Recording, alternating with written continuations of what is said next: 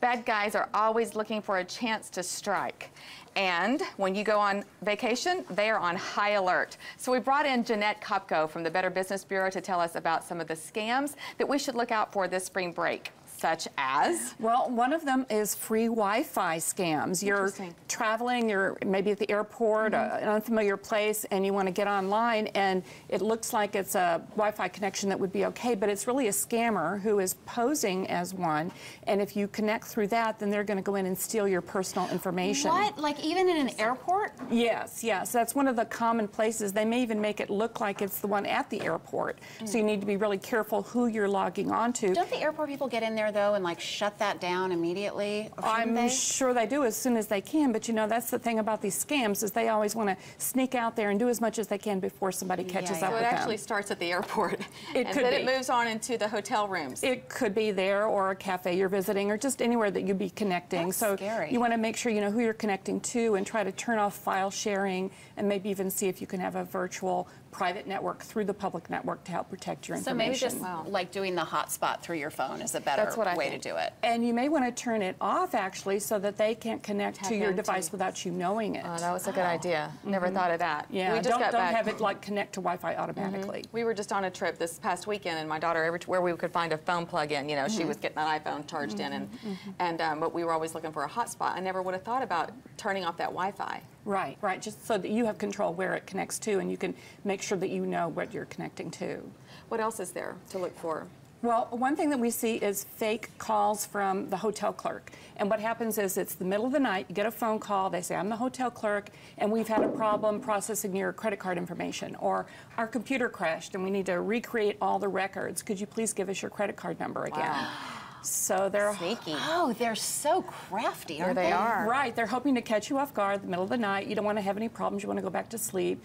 But of course, it's not the hotel clerk calling. They're not going to call you like that. The thing to do is to hang up and then call the hotel clerk directly from the room phone using the number there, or even better, go down and talk to them. And of course, it's not going to be them. Right. And you don't want to ever give your personal information, like your credit card number, over the phone to someone you don't know. Right.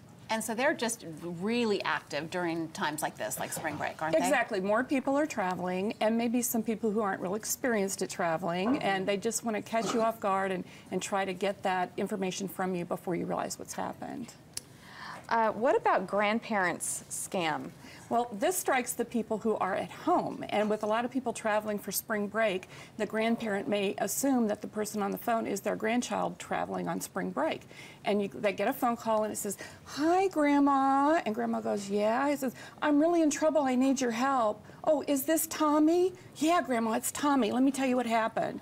And then they go from there. They claim they were traveling maybe in Mexico or Canada, got pulled over maybe on a traffic violation, ended up in jail, and they need Grandma to wire them hundreds or thousands of dollars to get out of jail. People do this. So it's like shocking to me. It happens, and they're finding people who are caught off guard. They're trusting. They say, oh, Grandma, please don't tell my parents. I don't want them to know, but I know you'll help me out. Now, let me tell you what to do.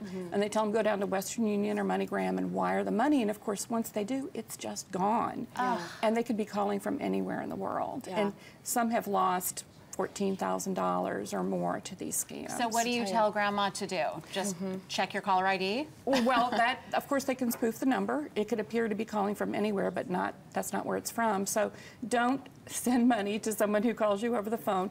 Hang up, call the family. Don't, ignore those request not to tell the family, and see if you can verify that this is what's going on. And certainly don't wire money to someone where you don't really know where it's going to. This is a very common method that scammers use to get money from you. The other is prepaid debit cards. They tell you, go down to the store, buy one of those cards that you load some money onto, then call me back and give me the account information. They just take it right off of there. So again, it's just gone.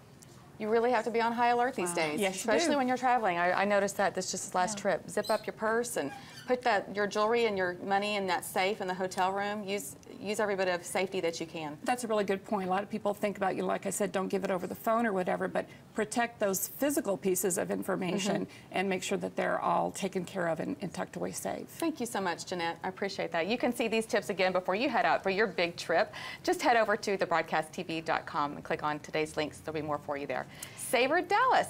Yeah, it's right around the corner. I love this time. Are you ready for the 10th anniversary of Dallas's most delicious food and wine event? We are cooking it up with a chef that's been a part of the event ever since day one. That's when we come back.